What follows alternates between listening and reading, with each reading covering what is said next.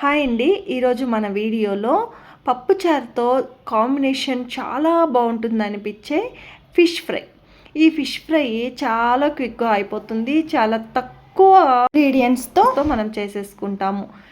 వీటికి కావాల్సిన ఇంగ్రీడియంట్స్ వచ్చేసి ఫస్ట్ గరం మసాలా, ధనియా పౌడర్, కారం, సాల్ట్. ఇవి బేసిక్. మీ దగ్గర ఫిష్ మసాలా కూడా ఉంటే మీరు యాడ్ చేసుకోవచ్చు. ఈ మొత్తాన్ని మంచిగా వీడియోలో చూపిస్తున్న విధంగా మిక్స్ చేసి పెట్టేసుకోండి. ఈ విధంగా మొత్తం మంచిగా మిక్స్ చేసుకున్న తర్వాత దీనిని పక్కన ఉంచుకొని ఫిష్ అనేది మనకి తడి అస్సలు లేకుండా శుభ్రంగా మనం టిష్యూతో క్లీన్ చేసుకోవాలి. ఆ తర్వాత ఫిష్ని ఎప్పుడైనా సరే ఆయిల్లో వేసేటప్పుడు ఆయిల్ ఖచ్చితంగా బాగా హీట్గా ఉండాలి. ఇది ఒక టిప్. అలా లేదు అంటే మనకి ఫిష్ అనేది అడుగంటిపోతుంది, మెత్తగా అయిపోయి అస్సలు క్రిస్పీగా అనేది రాదు.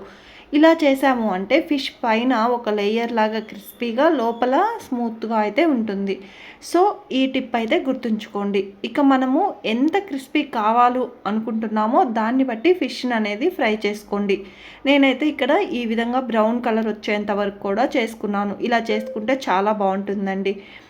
ఇంకొక టిప్ ఏంటి అంటే ఎప్పుడైనా సరే ఫిష్ ముక్క వేడిగా ఉన్నప్పుడే మనం ముందుగానే చేసి పెట్టుకున్న పౌడర్ని అంతా కూడా మంచిగా అప్లై చేయాలి.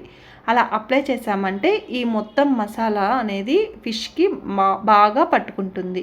ఈ రెసిపీ పప్పుచారు, ఏదైనా గ్రేవీ కర్రీ, అలాగే రసం, దేని కాంబినేషన్ అయితే చాలా బాగుంటుంది. సో మీరు కూడా ట్రై చేసి ఎలా వచ్చిందో కామెంట్ బాక్స్లో అయితే కామెంట్ చేయండి.